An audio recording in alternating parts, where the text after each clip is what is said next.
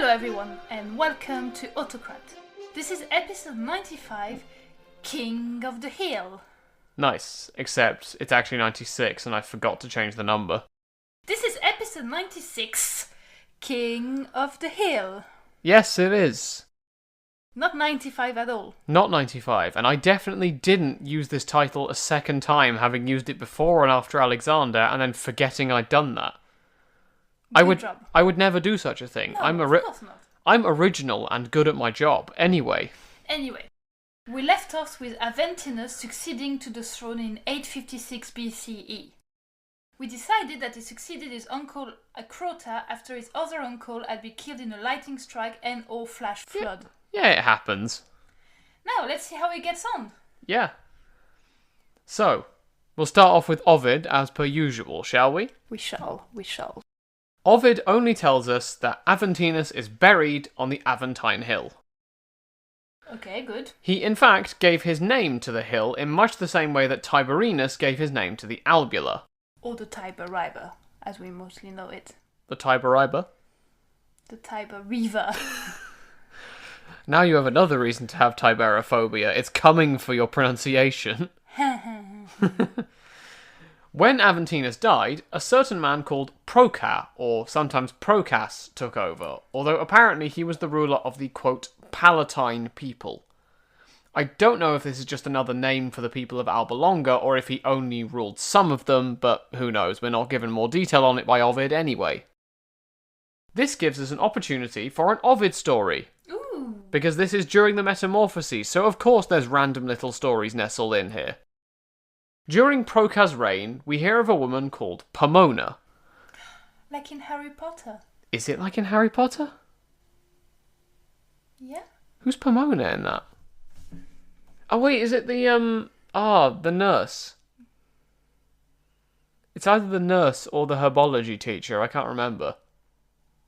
My co-host is looking it up. Apparently it's Professor Sprout. It is. Alright, I did not know that. Well, I did. Well, you can imagine her throughout all of this if you want, but I will. Who knows if that will match tonally. Pomona was very good at gardening.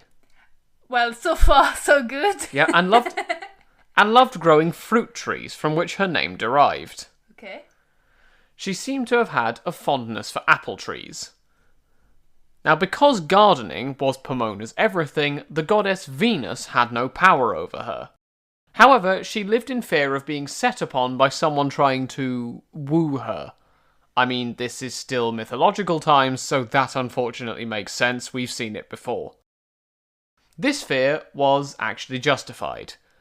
The satyrs, the Pans, Silenus, and the god Priapus all tried to get hold of her. However, there was a young man who loved her more than all of these did combined. I know where it is. Yes, you do? Who is it? Vertumnus. It is Vertumnus. Did you know that by looking at my notes? Of course. I thought you were going to deny that then, but no, excellent. Vertumnus often got near to Pomona thanks to disguises, sometimes being a harvester, sometimes a man who worked in the vineyards, and so on. He even pretended to be an old lady and went to gush over Pomona's apples. However, he was not lucky in love. Oh. While visiting as this old lady, or rather in the guise of this old lady, he used the metaphor of an elm tree intertwined with a vine to try and shame Pomona. After all, if that tree was standing alone, it would not be as interesting, he/now she in disguise said, while the vine would not be supported if it didn't have the tree. So, we need each other, Pomona.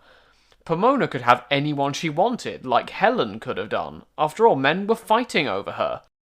If she would take the definitely old woman's advice, Pomona would marry, how about the Vertumnus fella?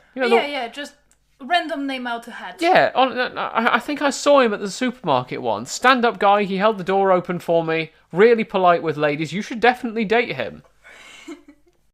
He was young, had a dependable farm life, and he loved her like anything. Pomona probably interjected, "How do you know that, old woman?" And anyway, they shared gardening in common. Vertumnus, the old woman, then puts the fear of the gods into Pomona by using a story we're not going to go into. Oh. It's basically just a side story that's completely its own standalone thing that's used in this example, but, trying to put the fear of the gods into her. Make a note, you need to tell me about it after this recording. Okay. We can probably come back to it in a bonus at some point. Ovid is just stories within stories within stories, though, so this would have taken a while otherwise. I bet. However, regardless of how amazing or terrible that story may have been, it did nothing to soften Pomona's heart. So it wasn't that terrible, clearly. Yeah, well, this next bit... That's scary. Yeah, well, this next bit probably was, because Vertumnus turned back into his original form in all his splendour. So just in front of her, just like that. Yeah. I'm imagining a really awkward 2 minutes where he's just stripping and then getting back into his clothes while Pomona just goes, okay, why were you wearing a wig? Oh, it's a wig. Okay, this is weird. I think, based on what the text says, Vertumnus might have been a god, but I'm not sure. Maybe a lesser one. Maybe. Apparently, he was, and I'm going to quote Ovid now, prepared to use force, end quote. Well, thankfully there was no need for that. There was no need for that, because apparently Pomona fell in love with him because of how beautiful the god was. So that's something. Right, painting women in a beautiful light there, Ovid. And painting men in a beautiful light simultaneously. No one comes off well from this story, but it happened in Proca's reign, so that's something. Right, what does Cassius Dio has to say? Well, Dio says that Aventinus is the son of Amulius, although he gives Amulius the lightning and the flood story, which we ascribed to someone else in our definitely canon version of events. He only says that Aventinus died in war. And he only mentions Proca, who we went into detail on with Ovid, as a possible father of the next generation, rather than them just being children of Aventinus, so he doesn't really spend much time on this period at all. Well, now Livy, our favourite of all, Livy. Yeah. Livy skips right past the reign of Aventinus and says that he was buried on the Aventine Hill, which he gave his name to. Nice. And he says it's nowadays part of, that random city we keep trying to figure out the name of. Yeah. No, I've tried again as an update, but all the inscriptions are really fragmentary, so the best I can get is the letter R and the top of the letter M. But, right. The clay tablets have all been lost. All the marble tablets. I mean, my guess is it's part of that colony or city of Alba we saw founded, or else it's where the battle took place where he was killed. We're gonna say that. Yeah. The Battle of Alba killed him there. Nice. The king who followed him was Proca. Yes, him of creepy love stories fame. No relation is given between the two, but we're going to assume it's his son, since Dio says the individuals who come after are grandsons of Aventinus. Right. And we're going to get on to the sons of Proca and why they are relevant next time. Yes, because we're now going on to the Origo. We are indeed. Aventinus is listed as an unspecified successor of Romulus by the Origo. His death scene is described this time. Ooh.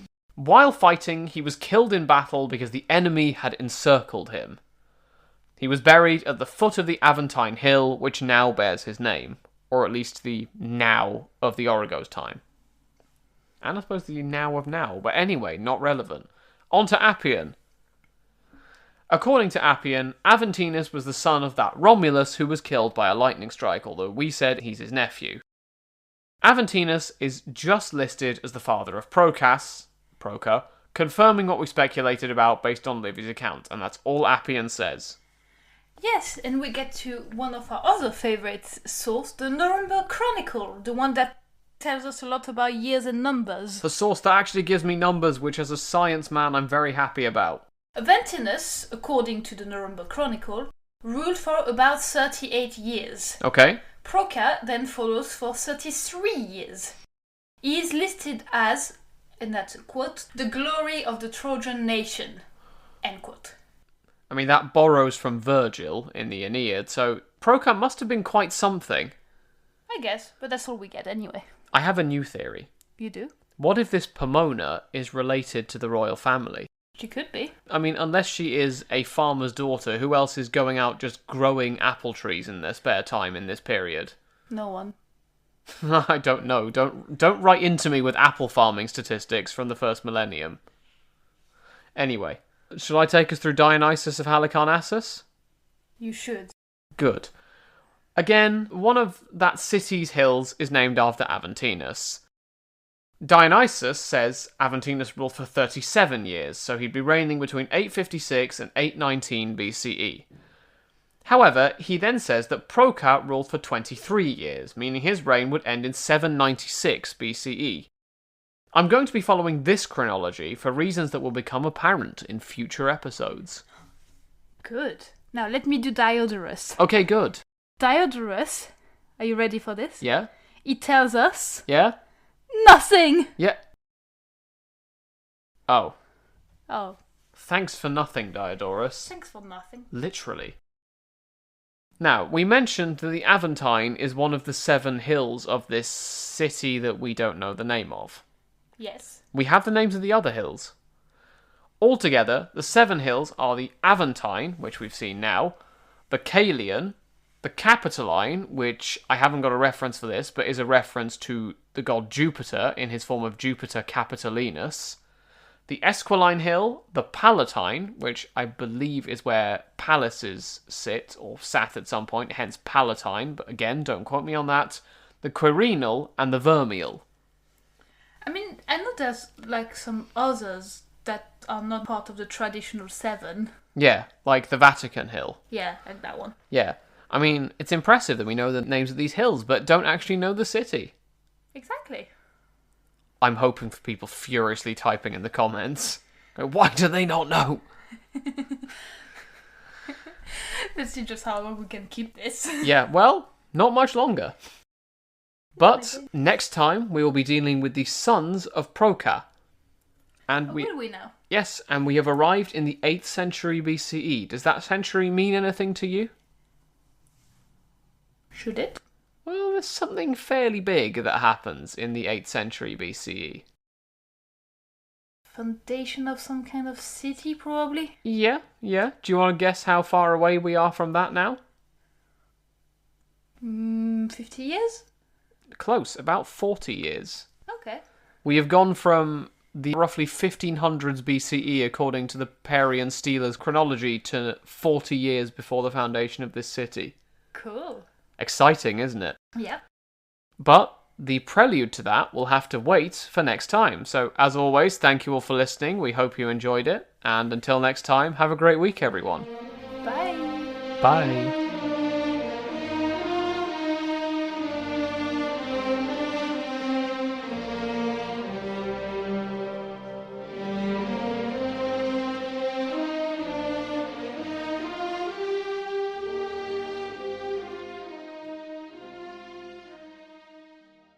Have a great week, everyone. Bye. Bye. I wasn't prepared to do bye. I know. I never am.